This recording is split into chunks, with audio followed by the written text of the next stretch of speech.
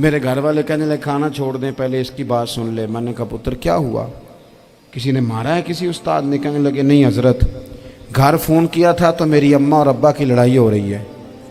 بچہ کانپ رہا ہے, ٹانگیں کانپ رہی ہیں. میں نے کہا کیا ہو کیا گیا تمہیں پتر, لڑائی ہو رہی ہے تو گھروں میں ہو ہی جاتی ہے. کہنے لگے نہیں آپ کو پتہ نہیں وہ بڑا سخت لڑتے ہیں. میرے والد جب میری والدہ کو مارنے کے لیے آگے بڑھتے ہیں تو ہم سارے چار پنجوں کے نیچے چھپ جاتے ہیں, ہمیں خوف آتا ہے, وہ منظر خطرناک ہوتا ہے. یہ کون تکلیف دے رہا ہے اپنے بچوں کو؟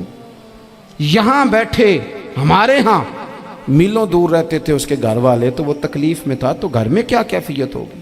اگر حوصلہ ہو, صبر ہو, قناعت ہو, اللہ کے دیے ہوئے تھوڑے رزق پر ہمیں راضی رہنا آتا ہو, ہمارے گھروں میں سکون آئے, اطمینان آئے, ہم جو زندگی بڑی خوشی خوشی گزار سکتے ہیں.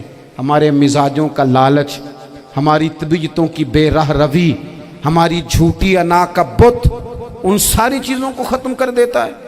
اپنی زندگی کے اندر اگر ہم وہ کردار اپنے بچوں کو دیں جس کردار میں موبائل بھی ہو, جس میں گاڑی بھی ہو, جس میں پیسے بھی لا کے ابا دراز میں رکھتا ہو, لیکن والد کا گھر میں مصلی بھی موجود ہو, اس کی کوئی تسبیح بھی ہو, وہ یہ بھی کہتا ہو کہ خدا نے اپنے فضل سے آج 5,000 دیا ہے تو اس میں 1,000 غریبوں کا بھی ہے, اس میں تھوڑا سا میں نے اللہ کی رضا کے لیے بھی رکھا ہے. اگر کوئی مشکل آ جائے تو وہ باپ اور ماں کو صبر کرتا ہوا دیکھتے ہوں. اگر ایک باپ کر بات کرے تو دوسرا برداشت کرتا ہو. خدا را اپنی اولادوں کو اس اذیت کا شکار نہ کرو. اپنے گھروں کے اندر وہ خودداری, وہ پیار, وہ وقار, وہ محبت, وہ انداز. آپ تھکے ہوئے ہیں کوئی شک نہیں, آپ بہت سارے مسائل کا باہر شکار ہوں گے کوئی شک نہیں, لیکن آپ باہر سے تھک کے آئے ہیں. اور اگر آپ باہر اپنی فیکٹری کے مالک ہیں اور دفتر کے بڑے ہیں تو گھر میں بھی تو آپ بڑے ہیں نا. آپ کی ماں بھی تو انتظار کر رہی ہے, اس نے بھی تو دکھڑا سنانا ہے نا آپ کو. آپ یہ دیکھیے کہ آپ کے بچے بھی تو انتظار کر رہے ہیں, وہ چاہتے ہیں کہ ابا آ کے بیٹھیں تو ہم ان کے سینے پہ چڑھ کے تھوڑا کھیلیں. آپ کی اہلیہ منتظر ہیں. کچھ باتیں بیوی کسی اور سے نہیں کہہ سکتی, صرف اپنے شوہر سے کہتی ہے, لیکن وہ تو آتے ہی جلال میں آ گئے صاحب. وہ کہنے لگے تو بڑی نالائق ہے, میں تھکا ماندہ آیا ہوں اور تو نے مجھے کہانی سنا دی ہے. وہ اس خاتون سے شدت کے ساتھ پیش آنے لگے. میرے رسول پاک کی حیات نور کو دیکھو, حضرت ام ایمن حضور کی رضائی والدہ ہیں, ان کی بھی خدمت ہو رہی ہے. حضرت حلیمہ سعدیہ آ رہی ہیں تو خدمت ہو رہی ہے. حضرت عباس حضور کے چچا ہیں تو کریم فرماتے ہیں میرے چچا ہیں باپ کی جگہ پہ. حضور دوست احباب صحابہ غلاموں سب کے ساتھ پیار کر رہے ہیں. 9 ازواج مطہرات ہیں گھر کے اندر, اور کیفیت یہ ہے کہ حضور صرف ان کی ضرورتوں کا ہی خیال نہیں کرتے, خواہشات کا ہی خیال نہیں کرتے, بلکہ میرے کریم کا طریقہ یہ ہے کہ کوئی بندہ آج بول کیا رہا ہے, وہ کہاں کھڑا ہے آج, اس کے جملے کس طرح کے ہیں, اس کا لہجہ کس طرح کا ہو گیا ہے اور اسے ٹھیک کیسے کرنا ہے. محبوب اس کا خیال فرماتے, توجہ کرتے. میں کہتا ہوں کہ ہم سب کو شوق آیا ہے آرام کرنے کا. میں صبح 11 بجے سے پہلے اپنے گھر سے نکل آیا تھا,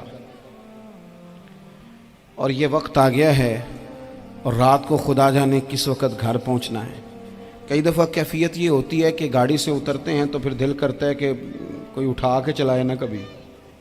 اس کے باوجود بہت سارے لوگ ناراض رہتے ہیں کہ ہم سے مل کے نہیں گئے, فوٹو نہیں کھنچوا کے گئے, فلانی جگہ چائے نہیں پی کے گئے. یہ تسلسل ہے. لیکن میں جتنا مرضی تھکا ماندہ گھر جاؤں گا نا, کبھی ایسا نہیں ہوا کہ میں گھر جاؤں تو بڑی ٹینشن میں جاؤں. میری گھر والی ایک دن مجھ سے کہنے لگی آپ نے کبھی نہیں کہا کہ میں تھکا ہوا آیا. بندہ تھک بھی تو جاتا ہی ہے نا, کبھی کہاں کرے نا. میں نے اسے کہا پتہ کیوں نہیں کہتا, اس لیے نہیں کہتا کہ میں نہیں چاہتا کہ میرے بچے یہ کہیں کہ ہم نے دین نہیں پڑھنا, ہمارا باپ تو بڑی مشکل میں ہے. ہم اپنے کام کے بارے میں اپنے گھر میں شکوے کرتے ہیں. آپ کسی بچے سے پوچھ لیں کون سا کام کرنا ہے, کہ اندر جڑا ابا جی کر دے رہے ہیں وہ نہیں کرنا. کیوں کہ ابا جی ہر روز تو کہتے ہیں میں بڑا الجھ گیا ہوں, یہ کام بڑا مشکل ہے. میں چاہتا ہوں کہ میں اپنے بچوں کو یہ بتاؤں کہ پتر میں تو جدھر جاتا ہوں پھول ہی پھول ہیں. میں تو جدھر سے گزرتا ہوں محبت ہی محبت ہے، میں تو جدھر سے دیکھتا ہوں دعائیں ہی ملتی ہیں، تاکہ ان کا شوق پیدا ہو۔ میرے عزیز، آپ تھوڑا سا دل بڑا کریں۔ اگر آپ ایک کی وجہ سے پورا گھر سکون میں آ جاتا ہے تو آپ دل بڑا کیوں نہیں کرتے؟ جگہ ڈھونڈتے ہیں بس مجھے کوئی تنگ نہ کرے، کوئی میری باپ ماں بدولت کو کوئی پریشان نہ کرے۔ بخاری شریف سنیے، حضرت عائشہ صدیقہ رضی اللہ تعالیٰ عنہ بیٹھی ہیں، حضور فرمانے لگے عائشہ آج ایک بات نہ بتاؤں تمہیں؟ یا رسول اللہ بتائیے۔ حضور فرمانے لگے جب تم مجھ سے ناراض ہوتی ہو تب بھی مجھے پتہ چل جاتا ہے، اور جب راضی ہوتی ہو پھر بھی پتہ چل جاتا ہے۔ تو حضرت سیدہ عائشہ صدیقہ بات سن کے بڑی خوش ہوئیں، یا رسول اللہ وہ کیسے؟ حضور فرمانے لگے کبھی کبھی تم قسم اٹھاتی ہو۔ یا رسول اللہ ہاں۔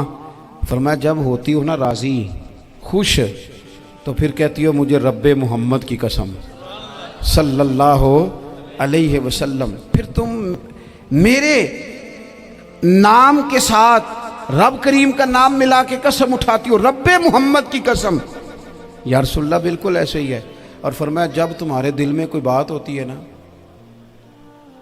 تو پھر تم کہتی ہو مجھے رب ابراہیم علیہ السلام کی قسم، پھر تم رب محمد نہیں کہتی۔ یہ بخاری مسلم میں موجود ہے۔